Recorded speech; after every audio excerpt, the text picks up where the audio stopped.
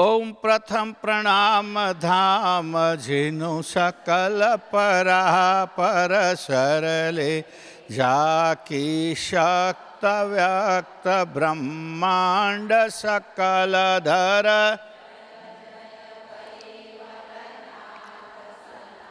तन सर्व कीर्तारन अखिला नंदय विनाश विलासिक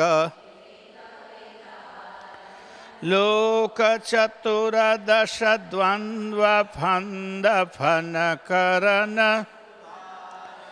विविध भात्य गुण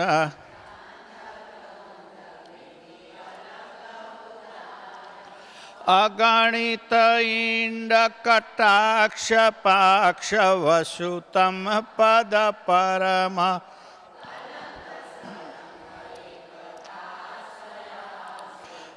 जाने न मरमा हंस निवासन धाम धनी तुम पुरुष पुरातन नमो नमो निर्वाण प्राणपति प्रकृति बिनो धन्य पुरुष पलक में आन्य धाम पति देव युगल शक्ति तब देवन के देव सकल शिर हो तुम कैवल साक्षिवंत सुत सलंग प्रौढ़ पद जय करुणामय कंथ अंत मध्य हंस रूप स्तुति कुबेर निज ग्रंथ करण स्वर मंगला धरन सजन उर ध्यान अब ग्रंथ न प्रारंभ हो सुन हो संत सुजान लोक असंख्य उत्पन्न गति सप्तदीप सुरधाम सो सब ग्रंथ में भाख्य हो विविध भात्य गुण ग्राम सकल अंग भिन्न भिन्न गति अर्थ बोध शुभ सार कहे कुबेर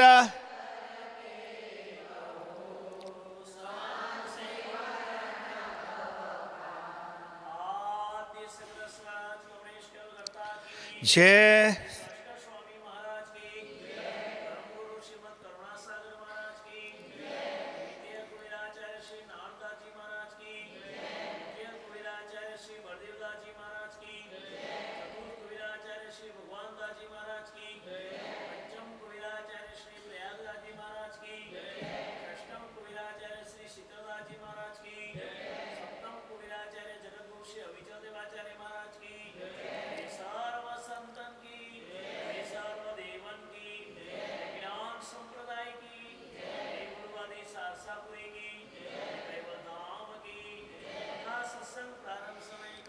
सत केवल साहे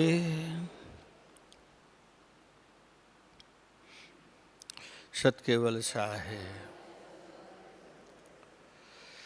कैवलम चिरेनम वेनम वयन्नम दिधन्नम लघुयम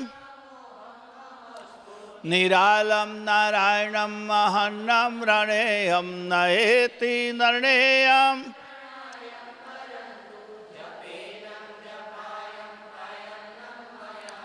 मनाति मगोयम स्वयं त्वं समस्तु जहानम दाता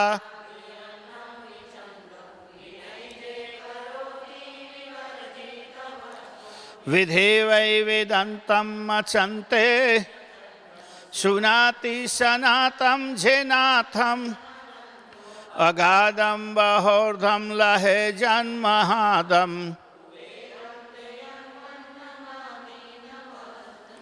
શ્રીમદ કરુણા સાગર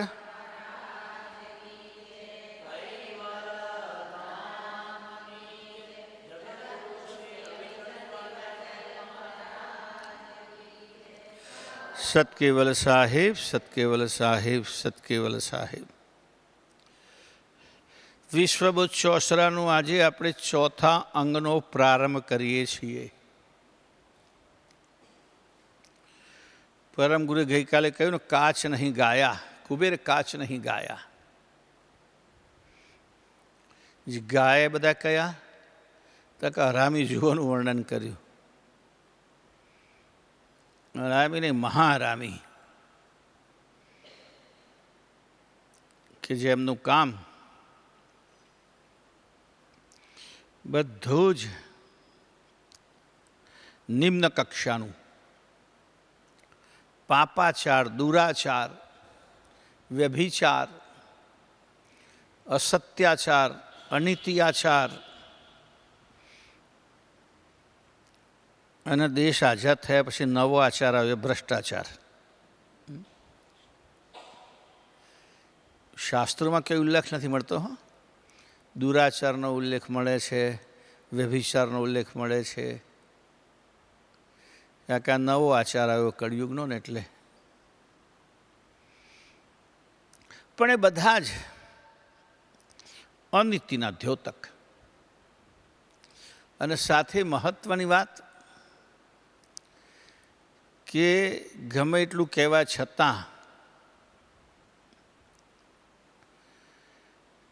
એમને ગુરુ ઉપદેશ લાગે નહીં.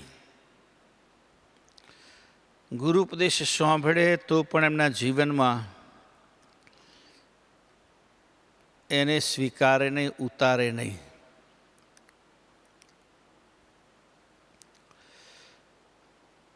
અને જેમ પરમ ગુરુએ કહ્યું તેમ એમના હાથે હાથે એમનું મૃત્યુ શોધે.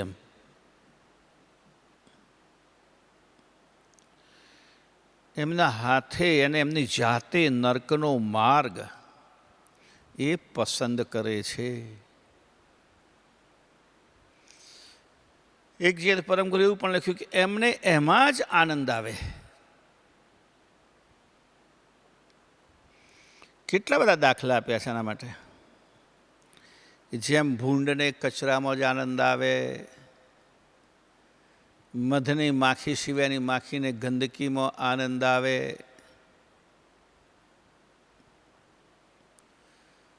અનેક પ્રકારના દાખલાઓ આપ્યા.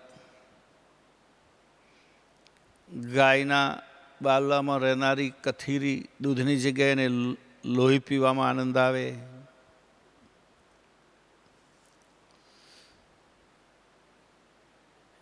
એટલે જેને માત્ર ને માત્ર દૂષણ સિવાય, દુર્ગુણ સિવાય, દુરાચાર સિવાય, અનીતિ સિવાય, અધર્મ સિવાય કશામાં આનંદ ના આવે. અને કદાચ એ માણસો એમ વિચારતા હોય કે ભાઈ નર્ક કોણે જોયું ને સ્વર્ગ કોણે જોયું, આ જીવનમાં જ આનંદ માણો ને. તો માત્ર ભૌતિક આનંદને આનંદ માણનારા જીવો આ જીવનમાં પણ દુઃખી થાય છે. માનસિક રીતે, શારીરિક રીતે, પારિવારિક રીતે, સામાજિક રીતે.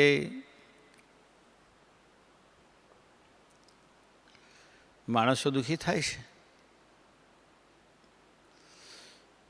આપણે વારંવાર જે કેટલીક સ્વાસ્થ્યની વાતો કરીએ, આચાર વિચારની વાતો કરીએ, ખાણીપીણીની વાતો કરીએ, એની પાછળનો ઉદ્દેશ આ જ છે.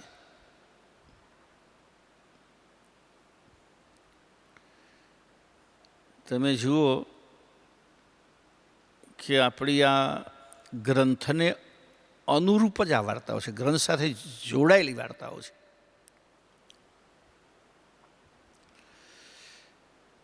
એ જે લખ્યું છે પરમ કે જે વ્યક્તિ ઇન્દ્રિયનો ગુલામ રહીને જીવે, ઇન્દ્રિયોનો ગુલામ, એ હંમેશા નર્કને માર્ગે જ જાય. ગુરુની વાણીનો ગુલામ બને એનો ઉદ્ધાર થાય.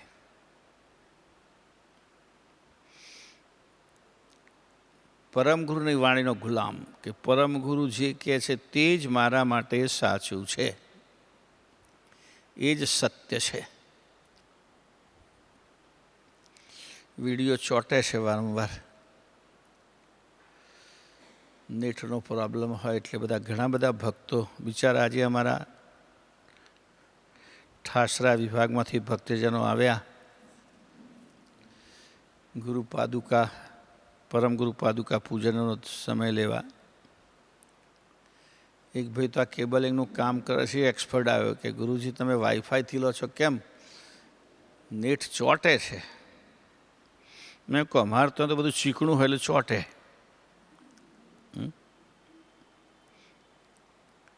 એને સમજાવ્યું કે 2-3 દિવસથી આ વાદળવાળો સમય હતો, એના કારણે લગભગ ઘણી જગ્યાએ નેટના પ્રોબ્લેમ હતા. પણ આજે વાદળ નથી તો હું જોઉં છું 1-2 જગ્યાએ ચોંટ્યું હમણાં. એટલે મારા ભક્તજનોને તકલીફ પડે છે, પણ બધા જોવે છે ખૂબ. ટીમમાંના મોડા ભક્તજનો કે અમે પણ મોટું LED લગાવ્યું છે.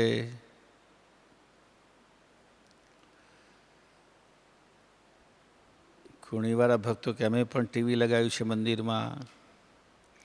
આજે અમારા સુરત વિભાગમાંથી ગાંગપુરથી બધા બહેનો, યુવક બહેનો, એમને ઈચ્છા થઈ ગઈ કે અમારે પરમગુરુ બાલકુંવર અષ્ટક પાઠમાં ભાગ લેવો છે. એમના વિભાગના તો એક દિવસ આવીને જતા રહે, આપણા કદાચ એમનો નંબર લાગ્યો હોય, ના પણ લાગ્યો હોય, અથવા લાગ્યો હોય તો ફરી એમની પણ ભાઈ ફરિયાદ હતી. હા, કે શીતળા સાતમ વિશે જે કહ્યું તમને તો સાંભળવા જ ના મળ્યું, કે ચોંટી ગયું તું. લે,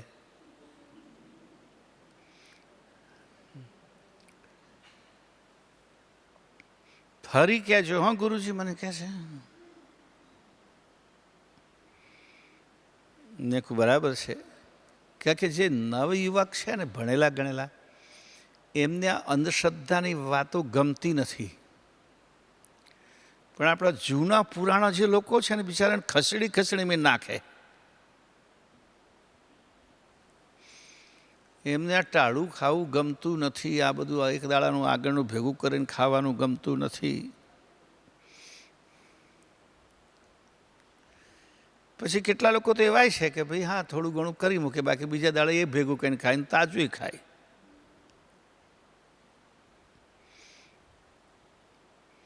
કે એ જ્યારે રોગની વાત હતી, પરમગુરુએ પંચમ સસ્વમેધ ગ્રંથના 14મા સ્કંધમાં બહુ સરસ વાત સમજાઈ છે. ઓરડી, અછબડા, બળિયા, શીતળા એક વાયરસ છે.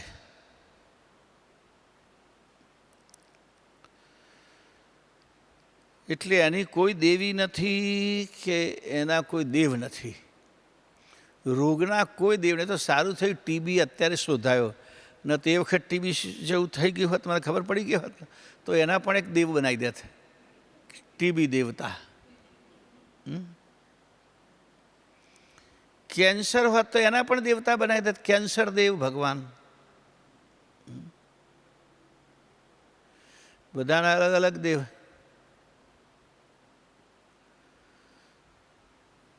પણ હકીકતમાં કેટલાક રોગ વાયુથી, કેટલાક રોગ પાણીથી અને કેટલાક રોગ સંસર્ગથી ફેલાતા હોય છે. હવે અત્યારે હવાથી બહુ રોગ ફેલાતા નથી, કે પહેલાં હવાથી કઈ રીતે રોગ ફેલાતા હતા કે ગંદકીનો નિકાલ નહોતો. પ્રાણીઓ એટલા બધા પ્રમાણમાં ગમાતા મરી જાય તો એ મહિનાઓ સુધી ત્યાં તો સડે,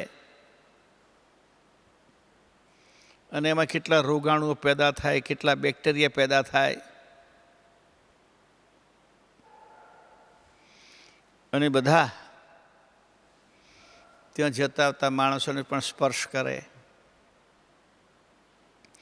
અત્યારે સ્વચ્છતાનું થોડું ઘણું આપણા લોકોમાં ભાન આવ્યું છે. થોડું ઘણું એટલે કેવું, તો કે પોતાનું આંગળું ઘર ચોખ્ખું રાખવું, અને ઘરનો કચરો કહીને તો કે પાડોશીને ઘરમાં હવારમાં વહેલો નાખી આવો. બીજાનું ઘર ગંદુ થાય ને વાંધો નહીં, આપણું ચોખ્ખું રહેવું જોઈએ. પ્રદેશમાં આપણે જોઈએ તો સ્વચ્છતા, આપણે ત્યાં વાક્ય આપ્યું સંતોએ કે જ્યાં સ્વચ્છતા ત્યાં પ્રભુતા. અને પવિત્રતા અને સ્વચ્છતા એક જ વસ્તુ છે, પણ આપણે જુદું પાડી દીધું. રોજ સ્નાન કરવું જોઈએ, સ્નાન કર્યા પછી પ્રભુની પૂજા થાય, ઘરમાં પૂજા સ્થાન હતા, પૂજા પાઠ થાય. તો બહુ ઠંડી હોય, લાઇટ જતી રહી હોય, પાણી ઘરમાં ગરમ ના હોય, તો શું થાય કે હથેળીમાં પાણી લઈને છાંટી લેવું, પતી ગયું, લ્યો પવિત્ર થઈ ગયા.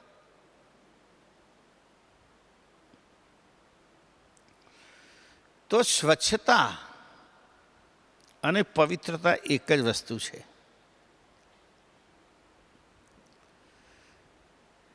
એટલે છતાંય પણ પહેલાંના કરતાં જાહેર સ્વચ્છતા વધી છે, એટલે હવાથી ફેલાવાના રોગનું પ્રમાણ ઓછું થયું.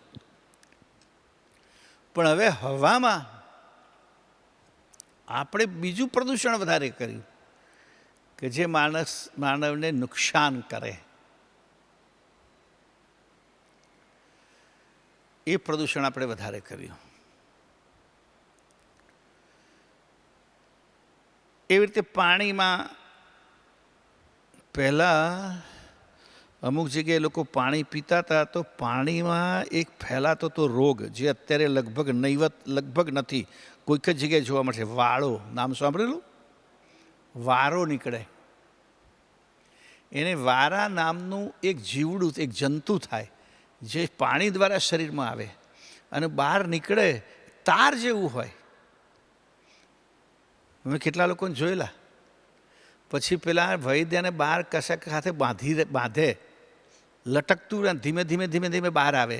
જો એમને એમ તોડો તો અડધો મહી રહે. એ રોગ હવે ખાસ જોવા નથી મળતો. બહુ ચોટે છે ભાઈ નેટ.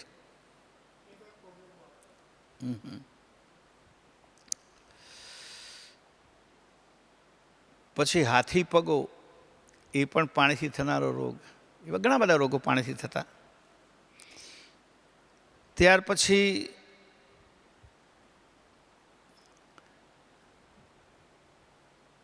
બીજા અનેક એવા રોગો છે જે પાણીથી ફેલાતા હતા, એ હવે ઓછા થયા. હવે ફેલાય છે જે રોગ, એ ખાણીપીણીથી વધારે. અને બીજો માનસિક, કે મનમાં અશાંતિ હોય, મનમાં એક પ્રકારનો સ્ટ્રેસ હોય, ત્યારે જે આપણા શરીરના અંદરના ઓર્ગેનના જે રોગ છે, આપણા અંદરના ઓર્ગેન ખરાબ થવાથી જે રોગ થાય, એટલે કે પેન્ક્રિયાસ ખરાબ થવાથી ડાયાબિટીસ થાય, કિડનીને થવાથી ઘણા રોગ એવા થાય, હૃદયમાં પ્રોબ્લેમ થાય તો એ પ્રકારનો રોગ થાય, લીવરનો પ્રોબ્લેમ થાય, ફેફસાનો પ્રોબ્લેમ થાય, લોહીમાં પ્રોબ્લેમ થાય, કોલેસ્ટ્રોલ વધઘટ થાય. તે આ બધા રોગોનું કારણ આહાર, વિહાર અને મન સ્થિતિ. વિહાર એટલે આચરણ. મોડા સુધી સૂવું, મોડા ઉઠવું, રાત્રે મોડા ખાવું, ખાવાનો પણ નિયમ નહીં. ઘણા એટલા બધા હોશિયાર બિચારા ભૂખા હોય કે કેળો ખાઈને પણ ઉપર ચા પીવે.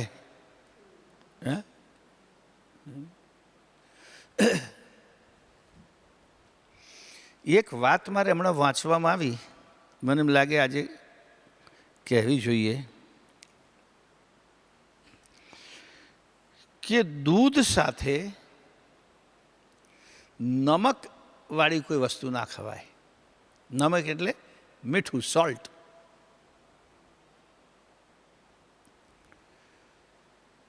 દૂધ સાથે નમકવાળી સોલ્ટવાળી વસ્તુ ખાવી એને વિરુદ્ધ આહાર કહેવામાં આવ્યો છે. એવું ડુંગળી સાથે દૂધ ના ખવાય, એવી ઘણી 2-3 વાતો કરેલી છે. વિરુદ્ધ આહાર. અને વિરુદ્ધ આહાર શરીરમાં તો એસિડિટી કરે ને ઘણી વખત ચામડીના રોગ કરવામાં કારણભૂત બને. ચામડી રોગ બનવામાં પણ આ વિરુદ્ધ આહાર કારણભૂત બને છે. હવે જે લોકો ચા પીવે છે અને ચાની સાથે નાસ્તો કરે છે તેમાં મીઠું જાય.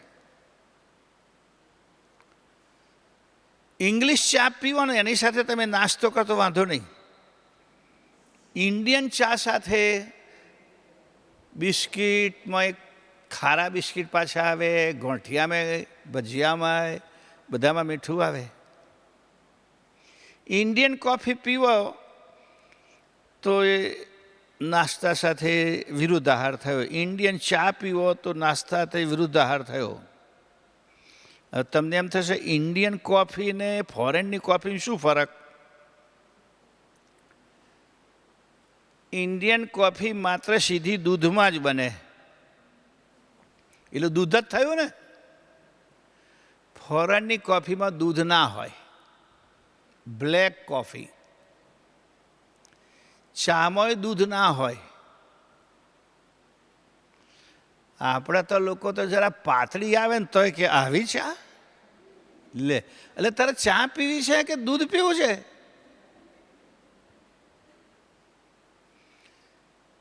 ચાની અંદર જે કોઈ તત્વ આવતા હશે ચામાં આવે, દૂધમાં તો ના આવે.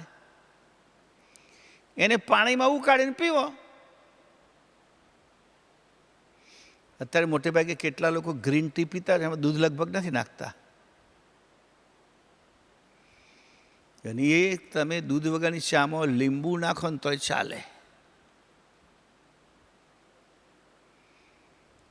દૂધ વગરની ચામાં, બ્લેક ટીમાં.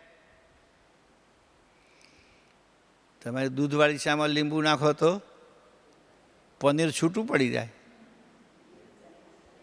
હે? તો આ વિરુદ્ધ આહાર છે. દૂધ સાથે મીઠું ખાવાથી મારા વૈદ્યો એમ કહે છે ચામડીના રોગમાં ધોળા ડાઘ આવે. ધોળા ડાઘ ખબર પડે છે? કોડ. આ કોડ જો કે રોગ છે, પણ કેટલા લોકો તેને શ્રાપ માને કે કોડી લોહામાં મળ્યો કે લે. ચામડીનો રોગ છે.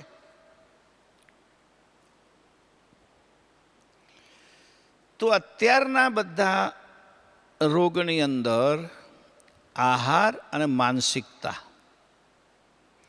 કોઈ ડાયાબિટીસવાળો હોય અથવા બ્લડ પ્રેશરવાળો હોય અને એને ગુસ્સો આવે તો બીપીવાળાનું બીપી વધી જાય ને શુગરવાળાનું શુગર વધી જાય. તરત જોજો તમે.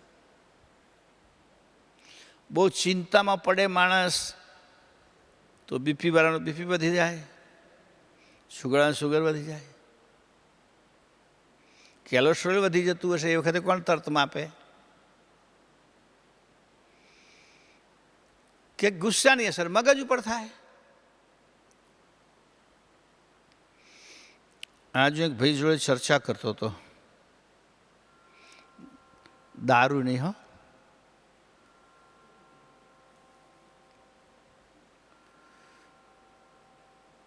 એ ભાઈ મને દારૂના ફાયદા ગણાવતા હતા. માપનું પીવા તો કશો વાંધો ના આવે કે છે. લીવર ખલાસ થઈ જાય તો કે લીવરે સારું થઈ જાય કે છે. તમે ટાઈમ અને પીરિયડ આપવો પડે. અમુક દિવસ સુધી ના પીવો તો લીવર પાછું તમારું હોતું એવું થઈ જાય, પછી સારું થાય ફરી ઠોકવાનો.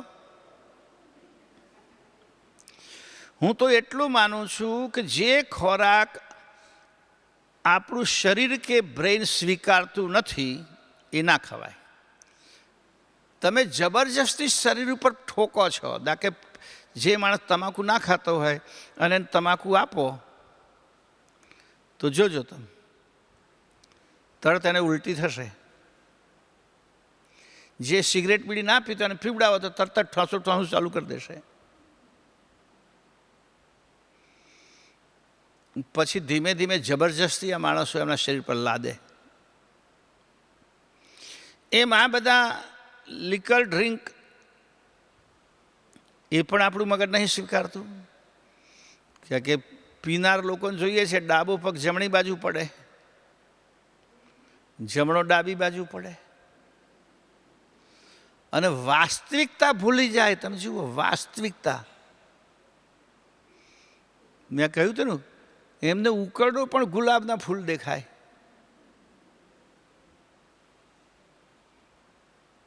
એટલે આપણું શરીર નથી સ્વીકારતું. બસ ટૂંકમાં એક જ વાત, શરીર ના સ્વીકારે, ખવાય નહીં, પીવાય નહીં, આટલી જ વાત. અને એથી વધારે આપણા ઈષ્ટદેવને અર્પણ ના કરાય, ના ખવાય. 100 વાતની એક વાત. ઉલટ પંચીકરણમાં પરમગુરુએ કહ્યું છે કે ખાવા પીવા બાબતમાં તમારા મનને અંકુશમાં લેવું હોય તો નક્કી કરો જે કંઈ ખાવું એ બેઠા બેઠા મનોમન પરમગુરુને અર્પણ કરીને પછી જ ખાવું, એટલે પ્રસાદ બની જાય. તો તમારે અમારું લિસ્ટ લઈ લેવાનું કે કઈ વસ્તુ ધરાવાય. અન્નકૂટમાં જોઈ લે તો કેટલાક પાછા એક વિચાર કે લાવ તારે પાપજી તમને અર્પણ. પેલા છે ને કેટલા લોકો પીવાવાળા હતા લઈને પછી આમ બેઠા આમ કંઈ પછી ઠોકેલું. બોલો અમે જોયેલા હા લોકોને. એટલે કોને પીવડાવ્યું આ?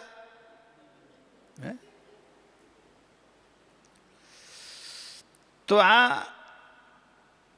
મનના શરીરના રોગ એ આહારજન્ય છે. એને નિયંત્રિત કરીએ તો આ જે નથી કરતા એ બધાની ગણતરી સાકુટ લંપટ લોભી ખલમાં થઈ.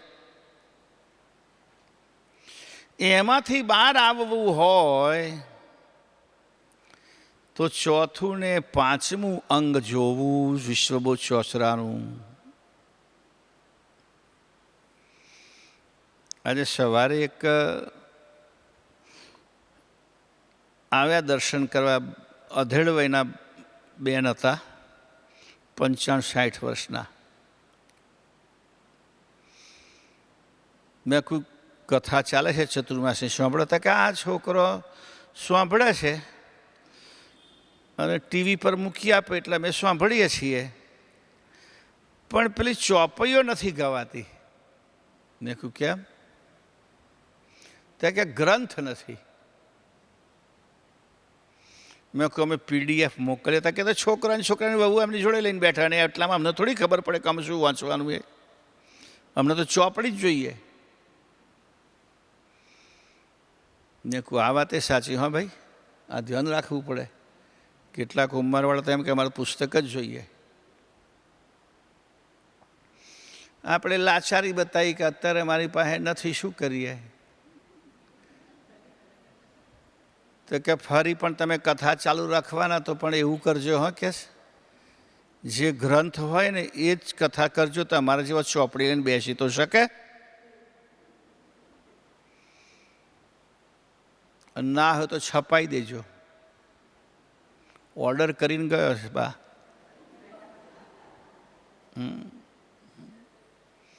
પણ અમારે ચોપડી જોઈએ. એટલે પછી મેં નક્કી કર્યું, મેં આ લોકોને બધાને 2 દાડાથી વરગાડ્યા છે, માધવપ્રદાસ ને બધા લોકોને, કે ભાઈ બધા કબાટ ખાલી કરો. 1200 ગ્રંથ કયા પડ્યા છે મને બતાવો. હેડો, એટલે હું એની જ કથા જ કરું કે જેથી કોઈ મારે ના કહેવું પડે કે આ ચોપડી નથી. તો કે ભજન સાગર છે. મેં કહ્યું ભજન સાગર કથા તો થાય નહીં. તો કે સિદ્ધાંત બાવની ગ્રંથ આપણી પાસે છે, વિશ્વબ્રહ્મ વિધ્વંસ નિધિ ગ્રંથ છે, અચત સાગર છે, બધા ભેગા છે ને. શક્ર ચિંતામણી, નરવી ચિંતામણી પણ એ સ્ટોકમાં થોડા છે. એટલે મેં નક્કી કર્યું છે આ ચોસરા ગ્રંથ પૂરો થાય એટલે દર મહિને 2 દિવસ જે કથા કરવી એ હંસ તાલેવા ગ્રંથની કથા કરવી. એટલે અત્યારથી બધાને કહું છું, ગ્રંથ મેળવી લેજો. અને નક્કી જ કર્યું છે કે PDF આપવી જ નહીં, ગ્રંથ લઈને જ બેસે લોકો. કે ગ્રંથ પણ રાખે ને સાથે. એક ભાઈએ લખ્યું છે 2 દિવસ પહેલાં કે પંચમ સત્સંગ ગ્રંથની કથામાં જેમ કે ચોપાઈ આવતી હતી એમાં અમો આગળ ઉપર ચોપાઈ આવે તો કહેશે મોટા ટીવી સ્ક્રીન પર અમે બેઠા બેઠા કહેશે કે આ તો 2 રાખવું પડે, PDFમાં મોબાઈલ રાખવું પડે, અમે ટીવી 2 કેમ ન રાખવો? મેં કહું આ મારું બેઠું. પછી મેં આ લોકોને કહ્યું, મેં કહું આ તમે આ બંધ જ કરાવી દો ને યાર. તો લોકો પાસે બધી કોમેન્ટમાં આવું બધું લખ કરીને આ બધું ક્યાં કરવા જઈએ આપણે? પંચમ સત્સંગ ગ્રંથમાં આપણે મૂકતા તેની પાછળનું કારણ કે એમાં થઈ શકતું હતું 2-3 કેમેરા હતા, સેટિંગવાળા માણસ હતા, બેઠા બેઠા એ કામ કરતા હતા.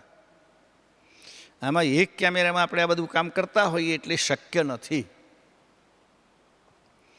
એટલે નક્કી કર્યું હવે તો ગ્રંથ આપવો. ગ્રંથ કે જે મોટા ટીવી સ્ક્રીન પર લઈને બેસે છે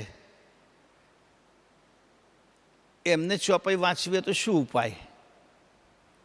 તો એમને ગ્રંથ હોવો જોઈએ. એટલે હંસતાલ એવા ગ્રંથ નહીં આમે આપણે હું અભ્યાસ કર્યું છે. મારા હંસતાલ એવા ગ્રંથની જ કથા લેવી હતી. આ ચતુર્માસમાં 18મી સુધીમાં 17મી સુધીમાં આપણો આ ગ્રંથ પૂરો થઈ જવાનો છે. પછી પહેલી જ પૂનમ આવે છે ભાદરવા સુદ પૂર્ણિમા, પણ 14 આપણે આ ગ્રંથ સૂતો થશે. એટલે હંસતાલ એવા ગ્રંથ આપણે પ્રારંભ કરવાના છીએ. તો બધા ભક્તજોને કહું છું કે ગુરુગાદીમાં જ્યારે આવતા જતા હોવ ત્યારે હંસ તમારી પાસે હોય ઘરે તો બીજો લેવાનો નહીં, પાછો ધ્યાન રાખજો. ને તો કિંમત ઓછી છે, રાખો ને 1 ની 2, એવું કોઈએ કરવાનું નહીં. કે તમે થોડા ઘણા લઈ જાઓ, 200-500 નકલ હોય ને બધા ઉઠાવવા મળે, બિચારા બીજા રહી જાય પાછા. એટલે પોતાના ઘરમાં ગ્રંથ હોય તો ઘરના બધા રેલ બધાને આપી છે પંચમ સત્સંગ ગ્રંથ સાથે. રેલ મૂકી અને બેસો અને સાથે વાંચો. પણ વધારે ગ્રંથો લેવાની જરૂર નથી. જેમના ઘરમાં ના હોય, જેમની પાસે ના હોય એ ચોક્કસ હંસતાલ એવા ગ્રંથ ગુરુગાદીમાંથી મેળવી લે. બહાર જે સ્ટોર છે એમાંથી પણ મળશે. કાલથી જ ચાલુ કરાવી દઈશું. કે હવે આપણે કથાના દિવસ 15 જ બાકી રહ્યા, વધારે નથી આમાં. પછી પેલા ગ્રંથનો આપણે લાભ મળવાનો છે. તો આજે જે 12માંથી બહાર નીકળીએ છીએ આપણે, એમનું ચરિત્ર કેવું હોય છે એના વિશે ચર્ચા કરીએ છીએ. વિશ્વભૂત ચોસરા અંગ 4 એમાં 4 જણની વાત છે: હરિજન, નિજદાસ, ભક્ત અને સેવક. આમ તો હરિજન, નિજદાસ, ભક્ત અને સેવકમાં બહુ ઝાઝું અંતર નથી.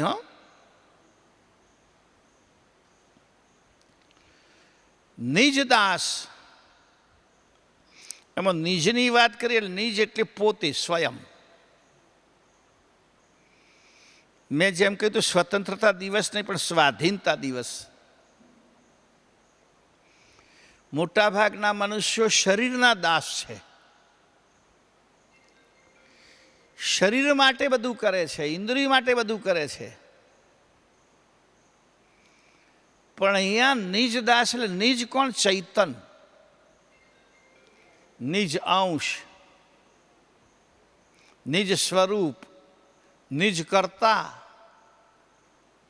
એટલે અહીંયા આપણે નિજદાસને આધ્યાત્મિકતાની દ્રષ્ટિથી લઈએ છીએ.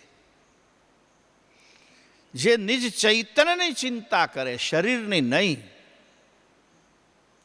શરીરને તો વશમાં રાખે આમાં જ કોઈક જગ્યાએ આવશે કે શરીરને તમે જેમ કસો તેમ શરીર તમને વધુ સાથ આપે. કસવાનું એટલે વશમાં રાખવાનું. આળસ, પ્રમાદ, ભોગવિલાસની પીપાસા એને કાબૂમાં રાખી અને જે આત્મતત્વનું ચિંતન કરે એ નિજ દાસ કહેવાય. જે સેવા કરે સેવક કહેવાય. ભક્તિ જે પૂજા પાઠ કરે એ ભક્ત કહેવાય. અને જે હરિજન જે કેવલ માનસી પૂજા ઉપાસના કરે, કર્મકાંડ સિવાયની ઉપાસના કરે, કે ઉપાસના કર્મકાંડ સિવાયની પણ કરી શકાય. નરસિંહ મહેતાના જીવનમાં ક્યાંય નથી કે એમણે 2-4-5 ભગવાન ભેગા રાખ્યા હોય, રોજ નવડાવતા ધોવડાવતા. ના, એવું કશું પાડતા જ નહોતા. તો હરિજનવાસમાં જઈને બેસતા, ત્યાંય ભજન કરતા ને ત્યાંય જમી લેતા. તો એ રીતે હરિજન, નિજદાસ, ભક્તજન ને સેવક એમના લક્ષણ દિવ્ય પરમગુરુ આપણને અહીંયા દર્શાવે છે. તો ચોપાઈ શરૂ કરીએ આપણે. હરિજન તે સંતન કુસેવતા, દેહ તન મન ધન દાનું, और कछु संग्रह नहीं राखता, अभिमानु. હરિજન, ભક્તજન સંતોની સેવા કરે છે, ગુરુ મહારાજની સેવા કરે છે. અહીંયા સંત તરીકે પરમગુરુ જ્યાં જ્યાં શબ્દો વાપર્યા, તો પરમગુરુ જે સંતની વ્યાખ્યા કરી છે એમાં પરમગુરુ સિવાય કોઈ આવતું જ નથી. હમણાં મારા હંસ તલેવા ગ્રંથ જે ચાલે છે એમાં 30, 31 ને 32, અને હવે આજે આવે છે 33મું થયું છે. એ ત્રણેય અંગમાં પરમગુરુની જ વાત છે સંત તરીકે. સંતનો દેહ એટલે પરમગુરુનો દેહ. અલગ અલગ વાતો બતાવી છે કે 4 વસ્તુ ભેગી થતા એનું આકાર બને છે. 4 વસ્તુ ભેગી થાય કે સૂર્યનો આકાર, તો કે અગ્નિ, કિરણ, પ્રકાશ અને સૂર્ય પોતે તત્વનો. આ 4 વસ્તુ ભેગી થયેલો સૂર્ય બન્યો. પરમગુરુનો દેહ કઈ રીતે બન્યો? તો કે જ્ઞાન, વિજ્ઞાન, વિભૂતિવાળો દિવ્ય દેહ અને પરમ વિશેષ અંશ, આ 4 ભેગા મળે એટલે સંતરૂપી પરમગુણો દેહ બન્યો. આવી સરસ વાત હંસ તલેવા ગ્રંથમાં કરી છે. આપણે કથા કરવાના છીએ, તેનો સાંભળવા મળશે જ. અને આ રોજ અત્યારે એ જ ચાલે છે. એક દિવસમાં 3 અંગ 3 વખત. કે ગઈકાલે જે માનો કે આજે મેં 33મું અંગ લીધું, એ કાલે સુધરશે, પાછું એને ફરી રીડિંગ થશે, પાછું પરમ દિવસે સુધરશે, ત્યાં સુધીમાં આ બાજુ 34મું નીકળશે. એટલે એક સાથે 3 અંગનો અભ્યાસ થાય છે. નવું અંગ ચાલુ થયું હોય તે, માનો કે આજે મારે 33મું અંગ ચાલુ થયું, 33મા અંગની વાત ચાલે છે, 32મા અંગનું ફર્સ્ટ પ્રૂફ અને 31મા અંગનું થર્ડ પ્રૂફ. ત્રણે ટેબલ પર હાથે હોય. એટલે મને ઈચ્છા થઈ કે આ ગ્રંથ જ મારે સંભળાવો છે બધાને. બહુ ખૂબ ખૂબ સારી વાતો છે આમાં. તો એ સંત તરીકે જ્યાં જ્યાં વાત આવી છે તો પરમ ગુરુની જ વાત આવે છે. એટલે અહીંયા પણ પરમ ગુરુની સેવા કરે છે, દિવ્ય પરમગુણ તન મન ધન અર્પણ કરે છે અને પોતાના માટે પોતાના પાસે કોઈ વસ્તુની સંગ્રહ વૃત્તિ નથી. એનામાં સંગ્રહ વૃત્તિ ક્યાં કે ચિંતા કાલની નહીં. પરમગુરુ બેઠા છે એટલે મને જ્યારે જરૂર પડશે ત્યારે આપશે જ, એવા ભાવથી કાર્ય કરે છે. અને સાથે રહિત દેહ અભિમાનું, શરીરનું અભિમાન, શરીરને લગતું અભિમાન, શરીર સાથે સંબંધ રાખનારા અભિમાન કેટલા તમે જુઓ. જે શરીર સાથે સંબંધ છે, દાય કે હું સ્ત્રી છું કે પુરુષ, પુરુષને પુરુષ તરીકેનું અભિમાન, સ્ત્રીને સ્ત્રી તરીકેનું અભિમાન, એ શરીરનું અભિમાન થયું. હું ભણેલો છું કે અભણ, એ પણ શરીરનું અભિમાન થયું. હું બ્રાહ્મણ છું કે ભણાની વર્ણનો છું, તે પણ શરીરનું અભિમાન થયું. હું બહુ રૂપાળો છું, તે પણ શરીરનું અભિમાન થયું. અને હું બહુ ધનવાન છું, સત્તાવાન છું, એ પણ શરીરનું જ અભિમાન છે. આટલો બધો શરીરને લગતો અભિમાન થાય.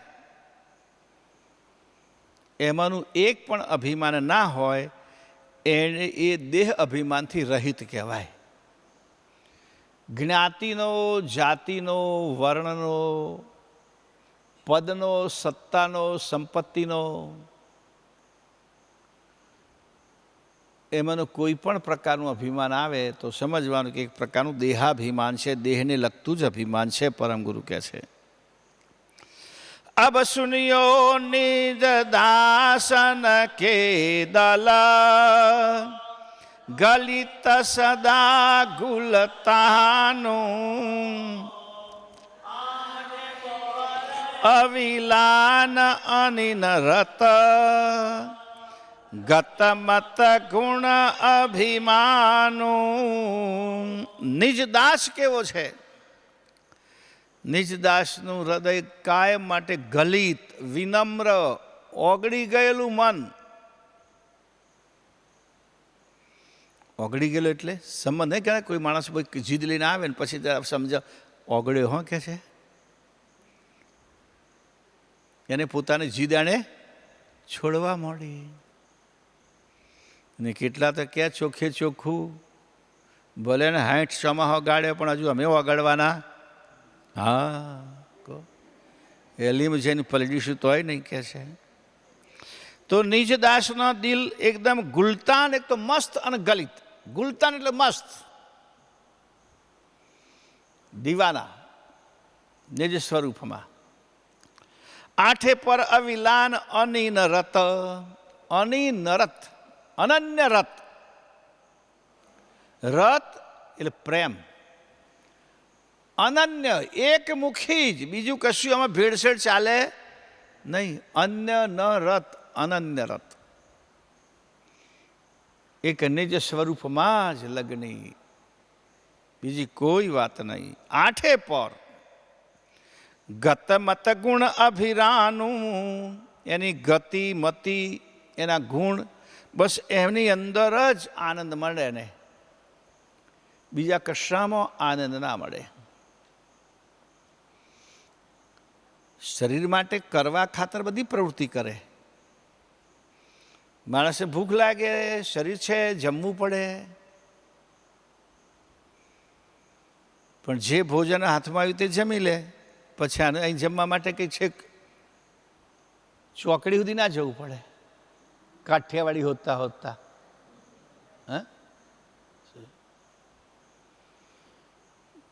તો એવી પ્રકારનું આની મતિ, ગતિ, ગુણ બધું નિજ રૂપને આધીન જ થઈને રહે છે, નિજ સ્વરૂપને.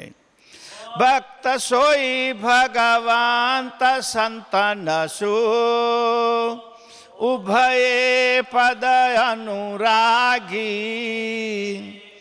ભગથી તિત લક્ષ ભલ ભેદો, નિષદિન સંત સમાગી. ભક્ત સોઈ ભગવાન સંત શું. ભક્તને બે પદમાં પ્રીતિ હોય, એક તો ગુરુ પ્રત્યે અને એક સર્જનહાર પ્રત્યે. કે સંત શબ્દ એટલે પરમ ગુરુ સમજવાનું. ઉભય પદ અનુરાગી, બંને પદમાં એને અનુરાગ હોય, પ્રેમ હોય. ભગથી તીત લક્ષ્ય ભલ ભેદુ, ભગથી તીત, ભગ એટલે યોની. 84 લક્ષ પ્રકારની યોની છે, લક્ષ 84 યોની. તો એ યોનિમાંથી મુક્ત થવું અને જન્મમરણમાંથી મુક્ત થવું એટલે ભગથી તીત લક્ષ ભલ ભેદું. એ જન્મ લક્ષ 84માંથી એને લક્ષ 84ને ભેદીને નિજ લક્ષ સુધી પહોંચવાનો સારો એવો ભેદ એટલે સમજ જેની પાસે હોય એ ભક્ત કહેવાય. ભલ ભેદું, ભેદ એટલે મર્મ, રહસ્ય. 84 લક્ષ યોનીને વિધિને પરમપદ સુધી પહોંચવાનો ભેદ જેની પાસે હોય એ ભક્ત. અને બીજું શું કરે ભક્ત? કે નિષદીન સંત સમાગી, નિષદીને પરમ ગુરુના સમાગમમાં રહે. આ ભક્તની વાત થઈ. સેવક જે સેવન કીરત મત, ખટ દર્શન સન મેં તું, તે હરિજન નિજ દાસ ભક્ત જન.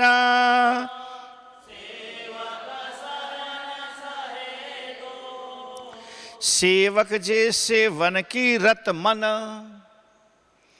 સેવક તેને કહેવાય જેના મનમાં સેવાની જ રટ હોય. મને સેવા મળે બસ, એ સિવાય બીજો કોઈ મર્મ નહીં, બીજો કોઈ હેતુ નહીં, બીજો કોઈ ભાવ નહીં. ખટ દર્શન સન મેં તું, અને બધાનો સેવા કરે કે છે. ખટદર્શી સંત સાધુ, કોઈ પણ સંત સાધુ ત્યાગી હોય એની સેવા કરવાની ભાવના, એને સેવક કહેવાય.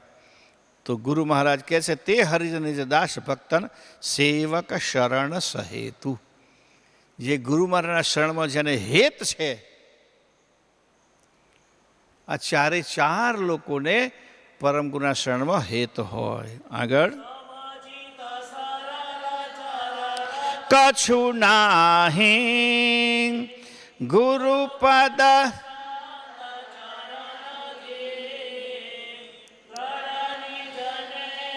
પ્રેમ પુલકિત તન, એક રસ રહત સુમનથી.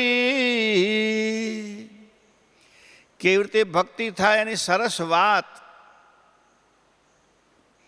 આ અંગમાં સમજાવવામાં આવે છે. સમચિત એટલે સમુચિત, આંખે આખું. હૃદયમાં પછી ખાનો ના હોય, વિભાગ ના હોય. આ દશામાનો વિભાગ, આ ગણપતિ બાપાનો વિભાગ, પછી નવરાત્રિનો વિભાગ, શ્રાદ્ધોનો વિભાગ, શ્રાવણ મહિના તો ગયો પાછો. સમુચિત, બિલકુલ એકદમ પરમ ગુરુમય. સરળ, ચરલ કછું નહીં, કશામાં એનું ચિત્ત ચલિત ના થાય.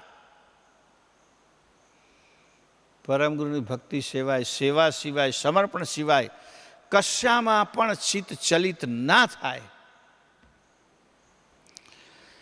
ગુરુપદ સંત ચરણથી, ક્ષમાથી ચલિત નથી થવાનું, ગુરુપદમાંથી. ગુરુપદમાંથી મન ચલિત ના થવું જોઈએ અને મન સમૂચું પરમ ગુરુના જ માટે હોય, બીજે ક્યાંય નહીં ભટકતું હોય. દ્રઢ નિજ નેમ, દ્રઢ નિયમ, પ્રેમ પુલકિત તન, શરીર પ્રેમથી પુલકિત, આનંદ આનંદ. સેવા મળે, ભક્તિ મળે, સત્સંગ મળે એટલે આનંદ આનંદ આનંદ. એના માટે એક રસ રહત સુમનથી, એક રસ થઈને રહે. સુમન એટલે મન સાથે, ચિત્ત સાથે. પાછું એવું નહીં કે ભાઈ હા સેવા કરવા અને પાછું મન કંઈક બીજા ભટકે છે. સુમનનો અર્થ શુદ્ધ મન પણ થાય, મન સાથે, મન સહિત, ચિત્ત સહિત. અને સુમન એટલે પ્રસન્ન પણ થાય. નામ હોય છે ને ઘણાનો, સુમનભાઈ. જો કે બેઉ બાજુ નામ હોય, હો, બેનમાં હોય ને ભાઈમાં હોય. તો એવું સુમન રહે. નંદત નહીં જુગ માહી કેહું નકું, જેહી જીનકું જમ દાખે, હરખ ભર્યા હલમલ સબ સાથે, કોહુ સે કટુક ન ભાખે. આ બહુ મહત્વની વાત છે. જુઓ, ભક્તજન, સેવકજન, હરિજન, નિજદાસ કોઈની નિંદા ના કરે, કોઈના માટે ખોટું ના બોલે. અને બીજી બાજુ એ કે જેહી જીનકું જમ દાખે, એનો મતલબ શું કે કોઈની પાછી વધારે પડતી માખણ લગાવવાની પ્રવૃત્તિઓ ના કરે. જેનું ખોટું છે ને કહી દે ભાઈ તું ખોટો છું, નેતાની આગળ તમારા જેવું તો કોઈ નહીં, આપ તો આપ હૈ. પછી પાછળ જેને કહી તો ગધે કા બાપ હૈ. એવું નહીં કે છે. જે હોય તે મોઢા સામે કે. સારો હોય તો સારો કે, ખોટો હોય તો ખોટો કે. પ્રેમથી કે, પણ કટુ વચનથી નહીં. આ ચોપામાં છેલ્લો ભાગ જુઓ, કહું છે કટુ ન ભાખે. કાણા કાણીઓ ના કે, પણ કે ખરા ધીમરીને પૂછે ભાઈ તમારી આંખ કેમ કેમ ગઈ, એવું પૂછે. બાકી એમ કે ના તમને ભલે આંખે નથી દેખાતું, પણ તમે કાણા લાગતા જ નહીં. અલ્યા પણ દેખાય છે ને, એક દુકાનનું પાટિયું પડી ગયેલું. તો જેમ છે તેમ કે, પીઠ પાછળ કોઈની નિંદા ના કરે. જેમ આગળ કહી દીધું ને, સન્મુખતા એ સરળ સ્વભાવે, પૂઠણ નખરું બોલે. એ મૂર્ખ મુરજાદ વિનાનો, શ્વાન શુકર ને તોલે. કૂતરા જેવો અને સુવર જેવો આવો માણસ કહેવાય, ભક્ત ના કહેવાય કે છે. એટલે નંદત નહીં જુગ માહી કેહું કું, જેહું તેનું જીન કું જમ દાખે, હરખ ભર્યા હલમલ સબ સાથે, કહું છે કટુ ન ભાખે. બધાને સાથે હળી મળીને પ્રેમથી રહે, ઝઘડાડું ના હોય. ટૂંકમાં જેને તેને કોઈની સાથે ઝઘડો ના કરે, કોઈની સાથે ખોટું ના બોલે. બધાની સાથે પ્રેમ બહુ મહત્વની વસ્તુ છે. અને જે સામાન્ય રીતે બધાની સાથે પ્રેમપૂર્વક ના રહી શકે ને, એ પ્રેમથી પરમની ભક્તિ પણ ના કરી શકે. કરતો હોય તો ખાલી આડંબર જ કહેવાય, દેખાવ જ. તો આગળ સકલ પક્ષ સારન કી ગમગત, રાખત રઘુપતાઈ, પણ વધ ઘટ જીનું કહત ન કુનકી, સો નિજ જન અનિતાઈ. સકલ પક્ષ કી સાર કી ગમગત, બધાનો સાર અસાર, બધા મત પક્ષોની પોતાના રીતે સમજ રાખે. રાખત ઉર્ગુપ્તાઈ, પોતાના હૃદયમાં રાખે. આમાં કેટલું છે ને આમાં કેટલું છે ને, આ કેટલા સદગુણવાળા, આ કેટલા, બધું સમજીને રાખે કે છે. પણ વધઘટ જેનું કહત કોનું કહું, પણ કોઈને વધારો ઓછી નાખે. આપણે તો શું ત્યાં કોઈ માણસ મળે સામો તો એના ગુણ હોય વધારીને કહેવાના, અને પછી એની પાછળ એના દુર્ગુણ હોય એ પણ વધારીને કહેવાના. ગુણ હોય એના કરતાં વધારીને કહેવાના, અને પીઠ પાછળ દોષ હોય ને એના કરતાં વધારીને કહેવાના. તો કે એવું ના કરે. સો નિજ જન અનિનાઈ, એ સાચો માણસ છે અને અનન્ય ભક્ત છે કે છે. હા,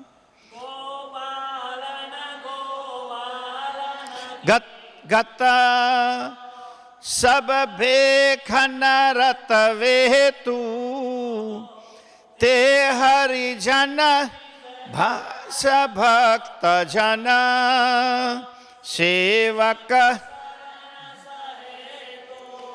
જેમ ગાયોને ચારનાર ગોવાળ હોય એ બધી ગાયો સાથે સમભાવ રાખે, દૂધ આપતી હોય કે ના આપતી હોય પણ બધાને ચરાવે, એમ આ ચારે જણ બધા ભેખ સાથે પ્રેમ રાખે, કોઈના પ્રત્યે દ્વેષ ના રાખે. તે હરિજન નિજ ભક્તજન નિજ દાસ ભક્તજન સેવક શરણ સહેતુ. આ ચારે ચાર હેતપૂર્વક ગુરુ મહારાજ શરણે રહે છે.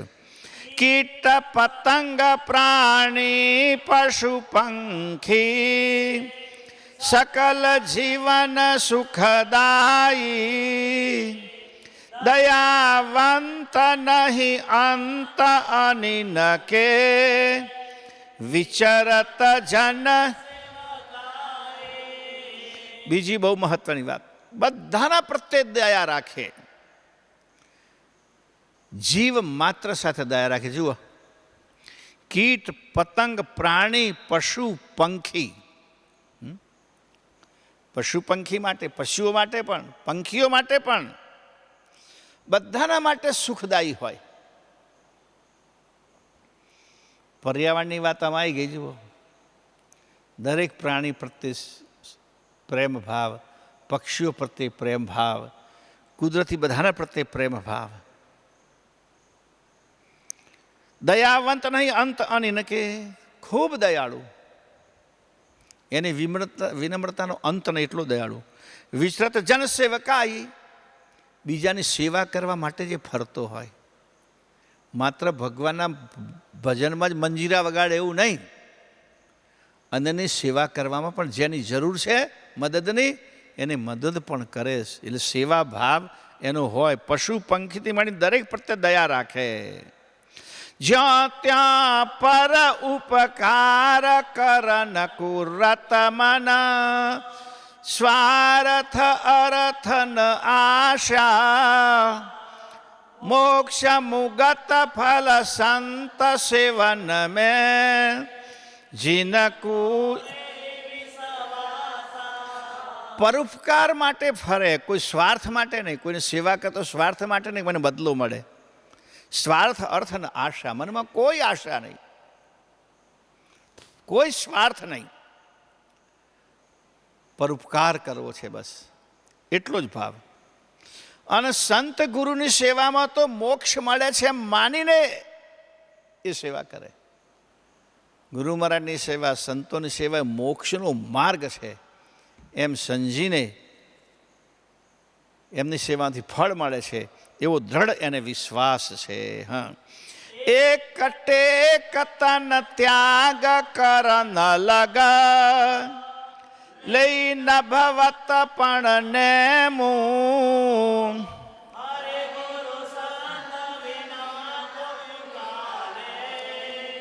और नहीं चितवेमु. एक टेक तन त्याग करन लग, જે ટેક લીધો એ દેહ છોડે ત્યાં સુધી છૂટવો જોઈએ નહીં. આ નિયમ સમજી લો ભાઈ, કારણ કે ટેક તો આપણે સારું સમજીને લેવાય, સારી વસ્તુ આનો ટેક લેવાય, કુટેવ થોડી લેવાય. ટેક એટલે પ્રતિજ્ઞા, ટેક એટલે નિયમ, ટેક એટલે વ્રત. એક વ્રત લીધું, એક ટેક લીધો, એક નિયમ લીધો.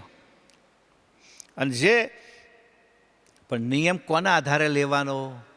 ગુરુ મહારાજના ઉપદેશને આધારે નિયમ લેવાનો. આપણો મન ફાવતો નિયમ નહીં.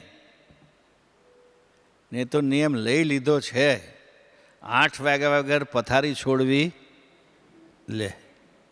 ગુરુ મહારાજે એવું કહ્યું છે. એ તો કહે છે ભોર ભયે પ્રગટે છે ભાનું.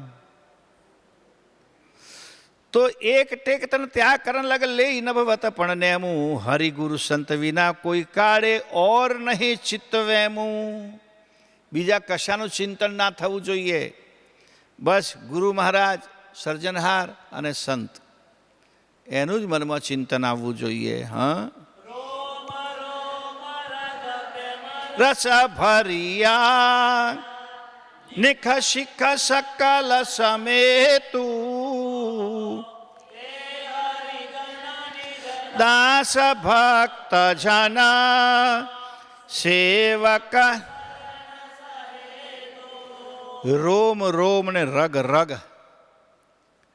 પ્રેમથી ભરેલો હોય, નફરતથી નહીં, ઈર્ષ્યાથી નહીં, દ્વેષથી નહીં, અહંકારથી નહીં, ગુસ્સાથી નહીં, માત્ર ને માત્ર હૃદયમાં પ્રેમ હોય. એ પ્રેમ પ્રાણી, પશુ, પક્ષી, માનવ બધાને માટે નિખ શિખ સકલ સમેતુ, આખા શરીરમાં પ્રેમ પ્રેમ પ્રેમી.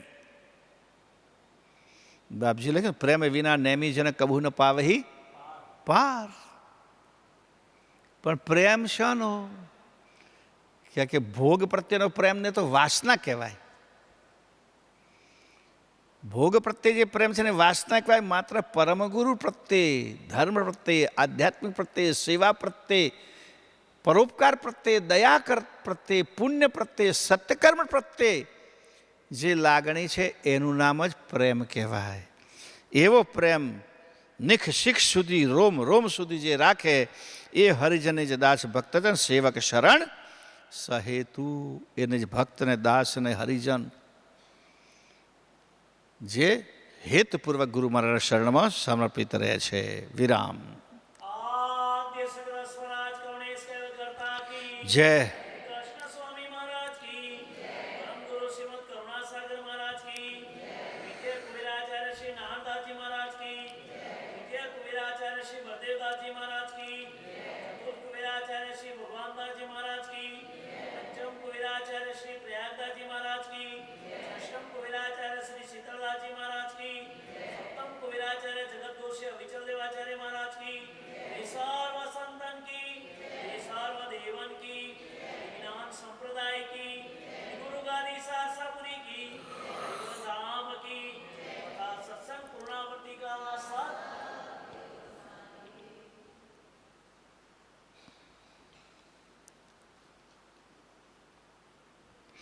સતકેવલ સાહેબ.